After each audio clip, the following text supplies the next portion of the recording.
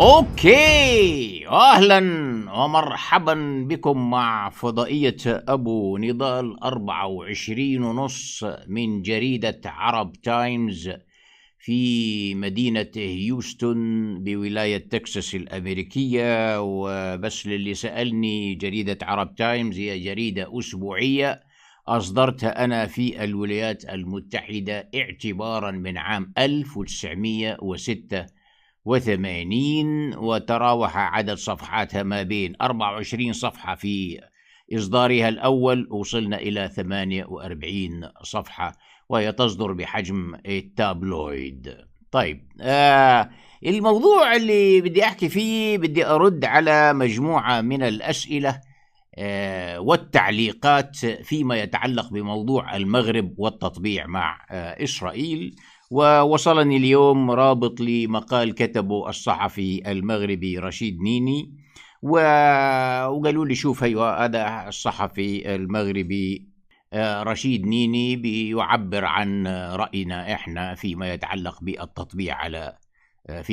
بالتطبيع مع إسرائيل، على أساس أنه رشيد نيني هو المسطرة يعني.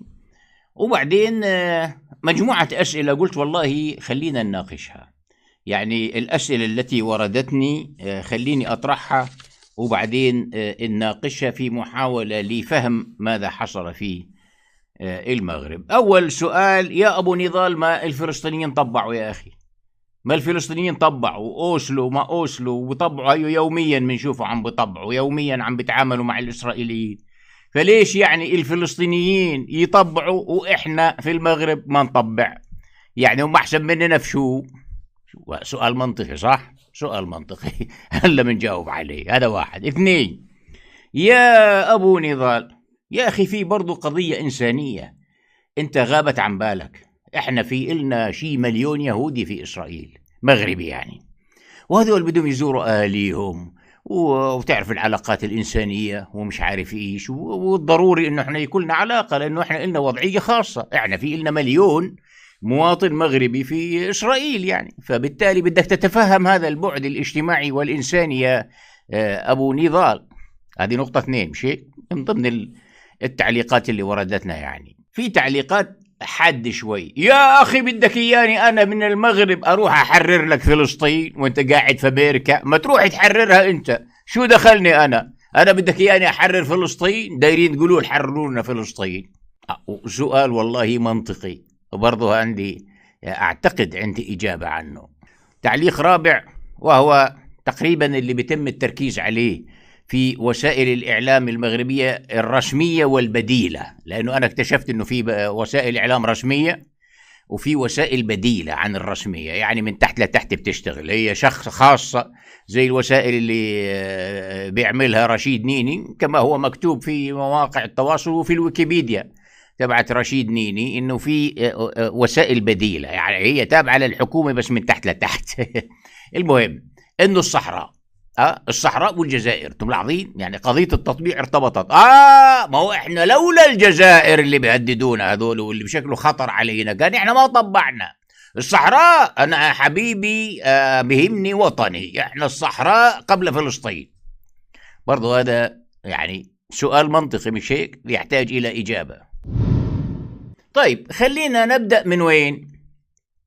نبدأ من قضية إنه ما يا أخي، ما أنت يعني أنتوا بتطبعوا الفلسطينية، يعني ما بدناش إحنا نطبع، يعني ما أنتوا هيا أبو مازن بطبع ليل نهار، ولقاءات ومقابلات، وهي الفلسطينية على المعابر وبيشتغلوا في إسرائيل وبيتعاملوا مع إسرائيل، بيتعاملوا حتى بالشيكل.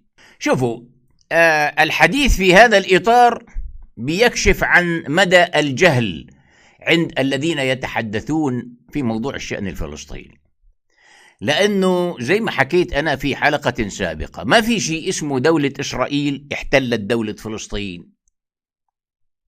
كان في دولة فلسطين، إجوا شذاذ آفاق من برا، مهاجرين، وفرت لهم بريطانيا تحديدا إمكانية الدخول إلى فلسطين، واحتلوا اللي اسمها فلسطين وغيروا اسمها إلى إسرائيل. يبقى المنطقة اللي موجودة الآن، الدولة الموجودة الآن باسم إسرائيل، هي عبارة عن فلسطين، فيها شعب اللي هو صاحب الأرض محتل، يعني أراضي محتلة، وفي قوة غاشمة هي اللي احتلته. هذا المحتل أراضي عايش على هذه الأرض مضطر أنه يتعامل مع اللي احتله. ما هي القوة اللي ماسكة البلد، الجيش والشرطة والأمن والمحاكم والحدود والشركات كلها هذه هي قوة الاحتلال. اللي عايش تحت الاحتلال مضطر انه يستخدم الشيكل الاسرائيلي، مضطر انه يعبر من المعابر اللي بتحددها اسرائيل، بيعتقلوه بحطوه بالسجون، بيضطر انه يروح يحط محامي سواء كان اسرائيلي او عربي.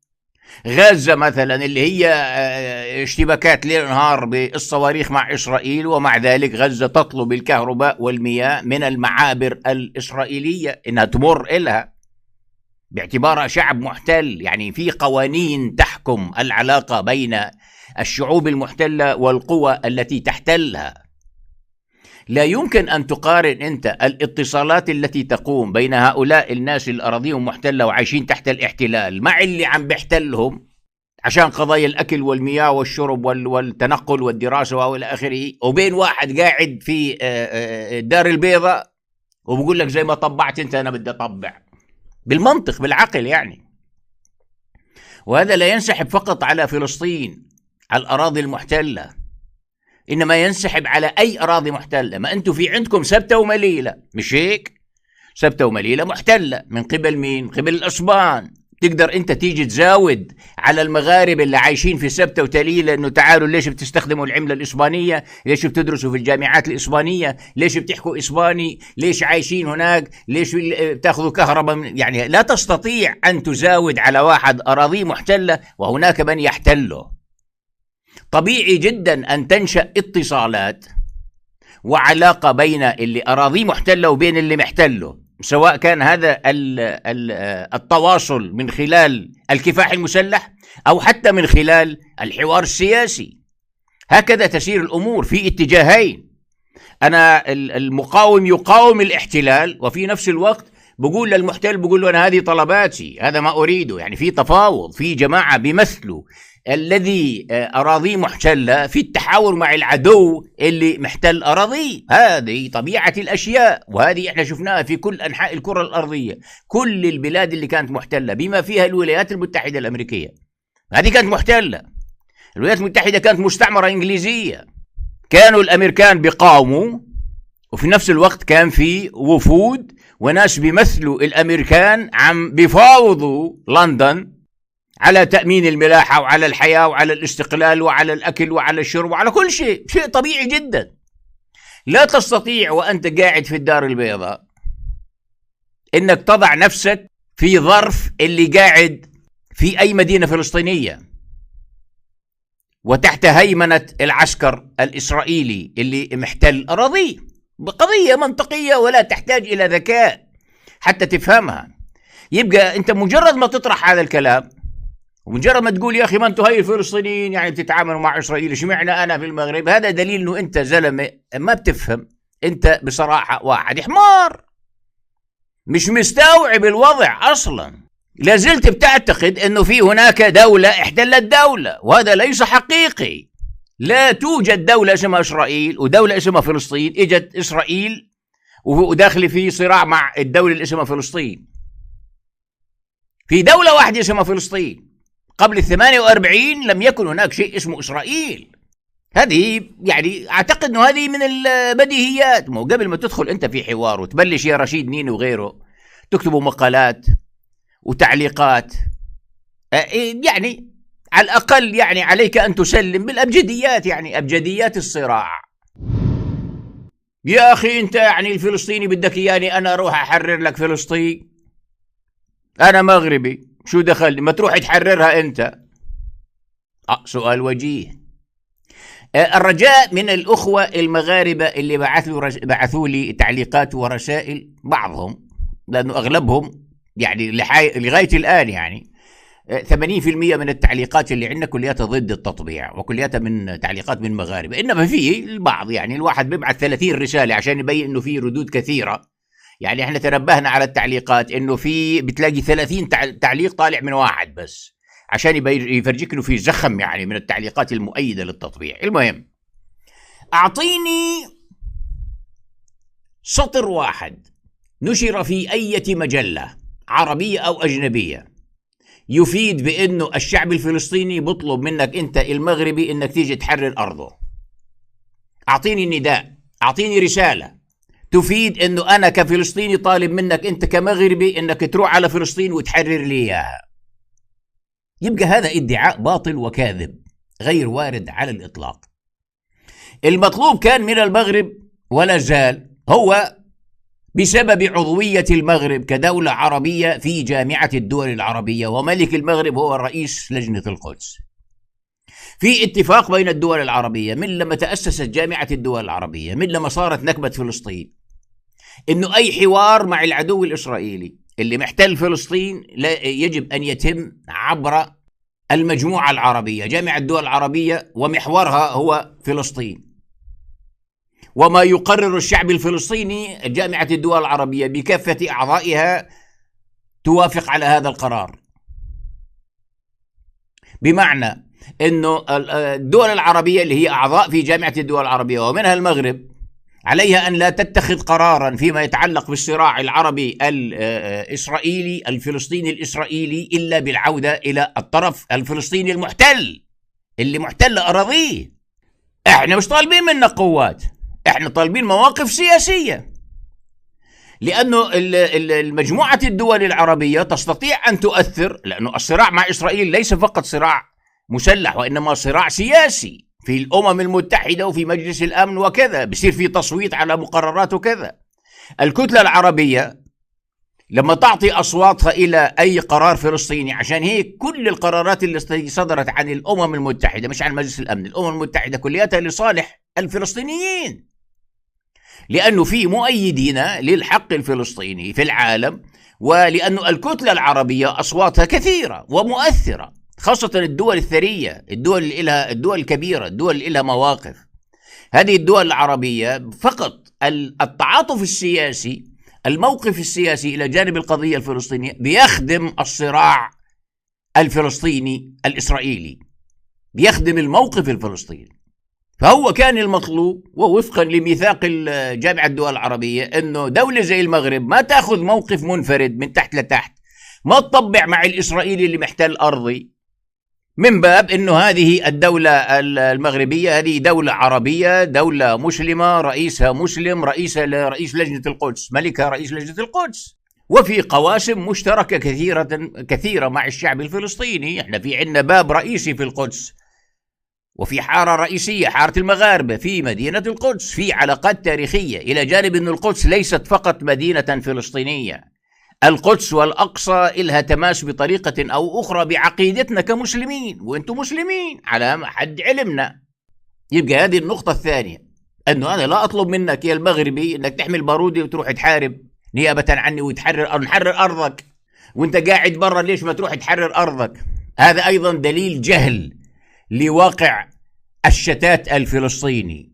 احنا ولدنا في الشتات لأنه أراضينا احتلت، وما بيطلعش في إيدي أصلا أني أنزل على فلسطين، لأنه بيتي في فلسطين، بيت أبوي في فلسطين، ساكنه واحد يهودي يجي من برا. وهذا بيدخلنا على النقطة رقم 1، أنه في مليون يهودي مغربي، والعلاقات الاجتماعية والإنسانية يا أبو نضال يعني ودول من حقهم يا أخي يتواصلوا. اللي ساكن في بيت أبوي في ترشيحة الآن، في بلدنا ترشيحة المحتلة، في بيت أبوي ساكن الآن يهودي مغربي هاجر من المغرب إلى إسرائيل. اليهود المغاربة شو بيعملوا في إسرائيل؟ شو بيعملوا في فلسطين بلدنا؟ وانتوا عارفين قضية أملاك الغائب ما أملاك الغائب، لأنه الفلسطينيين لما اضطروا أنهم يهجروا بعد حرب 48 الأراضيهم وبيوتهم الآخرين تملكوها اليهود المهاجرين. يبقى اللي بتحكوا عنهم انتوا إذا كانوا مليون ولا ربع مليون ولا نص مليون يهودي مغربي، هؤلاء شاركوا في جريمة احتلال فلسطين.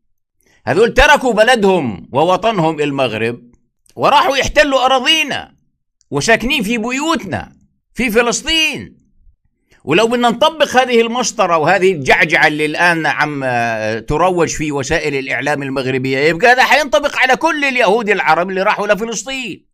ما في حوالي 200 ألف يهودي عراقي في إسرائيل، منهم قيادات كبيرة وجنرالات في الجيش الإسرائيلي. يبقى هدول حلال زلال. يبقى نفس الكلام اللي بيطبق مع المغرب الآن بيطبق مع العراق. يبقى يمكن يجينا واحد عراقي عاد وزي ما عملوا تبعين المغرب سعد العثماني وملك المغرب، يقول لك ما هو احنا في يعني برضو علاقات إنسانية، في عندنا 200 ألف يهودي عراقي. وهذا الكلام برضو بينطبق على مصر. ما مصر، ما كل اليهود في مصر ويهود سوريا أيضا هاجروا إلى إسرائيل. يهود الفلاشة اللي هربهم جعفر النميري إلى إسرائيل، هذول احتلوا أراضينا. هذول هم المهاجرين اللي إجوا من برا واحتلوا بلادنا اللي اسمها فلسطين. هذول هم اللي عملوا إشي اسمه إسرائيل، اللي أنتوا قاعدين تتباكوا عليه وما لو أنه حرام في العلاقات الإنسانية وفقا لميثاق جامعة الدول العربية وللقيم والعادات العربية والإسلامية. هذول مجرمين ويجب أن يحاكموا. اللي بترك وطنه المغرب وبنزل حتى يحتل أراضي غيره في فلسطين ويسكن في بيوتهم، في بيوتنا، ويجب أن يفتح ملف الهجرة المغربية إلى إسرائيل، لأنه هذا كان قرار وتم اتخاذه بشكل سري وتورطت فيه زعامات وقيادات يجب أن يحاكمها التاريخ. لأنه هذول لما طلعوا المليون اللي بتحكوا عنهم، هذول ما طلعوا بمشيا على الأقدام، طلعوا بالطائرات وطلعوا بمعرفة الدولة المغربية، والدولة المغربية عارفة وين رايحين. رايحين يحتلوا فلسطين، وهم جزء من الاحتلال الإسرائيلي الآن. جزء كبير من الجيش الإسرائيلي بيتكون من هؤلاء، من اليهود اللي بنسميهم احنا اليهود العرب، اللي بتلاقيهم لابسين عسكري وبدخلوا بداوموا بيوت الفلسطينيين وبيحكوا عربي مكسر. هم هذول هم اللي بتقولوا عنهم أقاربكم والعلاقات الإنسانية يا أبو نضال. وتعرف يعني هذه أيضا يعني أعتقد أنه هذه مسلمات على أي مواطن مغربي عادي، بلاش يكون صحفي من تبعين الصحافة البديلة زي رشيد نيني وغيره، أن يعيها. وبالنسبة للي بعت لي الرابط تبع رشيد نيني، ليش بعت لي رشيد نيني؟ ليش ما بعت لي علي مرابط أو مثلا وحيد المهداوي أو أبو بكر الجامعي؟ يعني الإعلاميين والصحفيين المغاربة المحترمين أصحاب المواقف الوطنية. جاي تبعث لي مقال كاتبه واحد، أنتوا نفسكم في مواقعكم بتقولوا أنه صار عميل للدولة وعميل للنظام وصار مليونير. بلش مناضل وانسجن له كم أسبوع وكم شهر، احنا عارفين يعني. إنما بعد هذا إيش أنتوا في مواقعكم وإيش هو في الويكيبيديا كاتب عن حاله. بنصل إلى موضوع الصحراء. زي ما حكيت في حلقة سابقة، ما علاقة الصحراء بفلسطين؟ هي الصحراء مملوكة لإسرائيل؟ والله لو كانت مملوكة لإسرائيل بنقول والله تفاوض بين دولتين، دولة إسرائيل التي تمتلك الصحراء ودولة المغرب اللي هي مؤيدة لفلسطين. اجت إسرائيل قالت لها انت اتنازلي عن تأييدك لفلسطين، بأعطيك أنا الصحراء. يعني بظل بالمنطق بنقول والله يا أخي منطق يعني.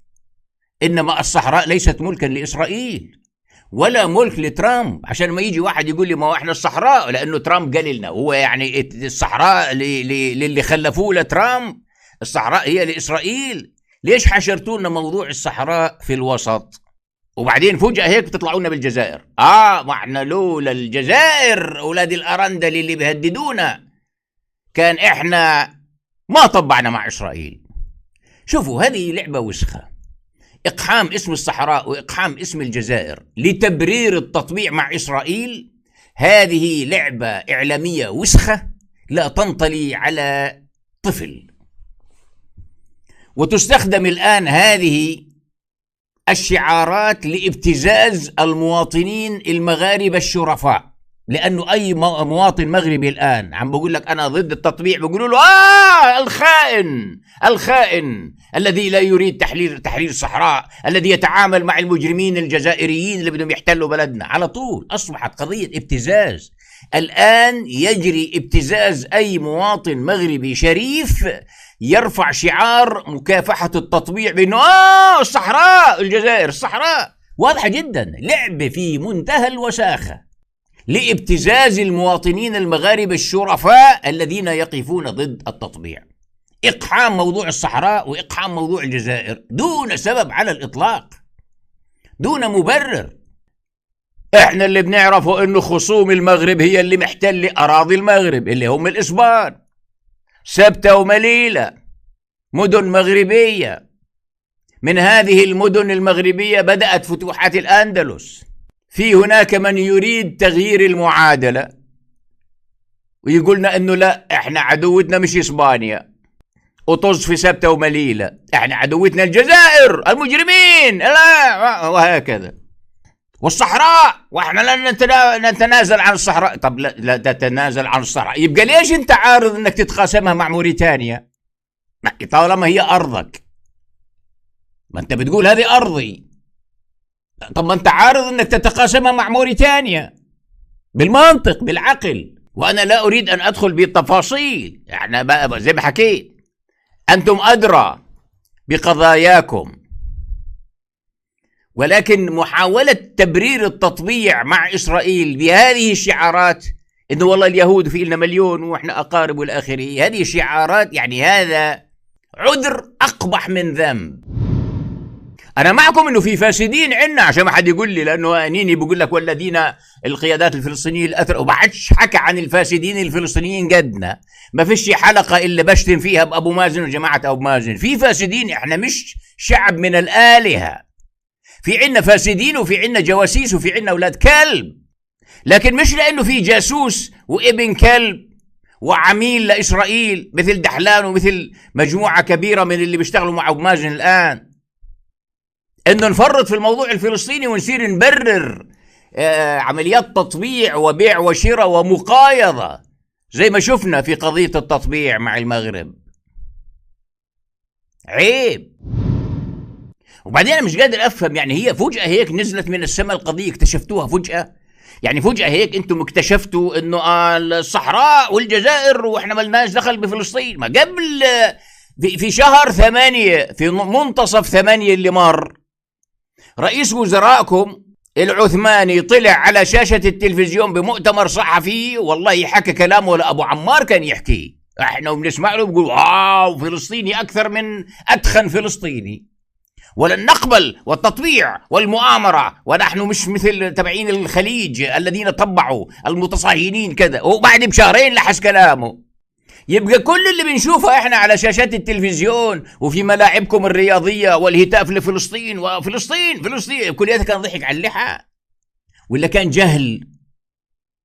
يعني كنتوا انتوا جاهلين بهذه الحقائق، وبعدين فجأة آخر أسبوعين اكتشفتوا انه في لنا مليون يهودي مغربي حرام، وانه هذول الجزائريين اولاد الارندلي، وانه احنا والله من مصالحنا.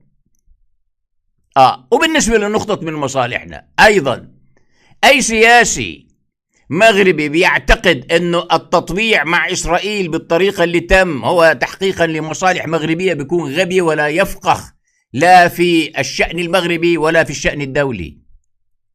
ترامب أوراقه احترقت، كل الورق اللي وقع عليه لا يسوى مليم، وكل الوعود اللي أعطاكم إياها وصفقة أسلحة بمليار دولار ومش عارف شو، ولا أتحداكم ولا رصاصة حتجيكم.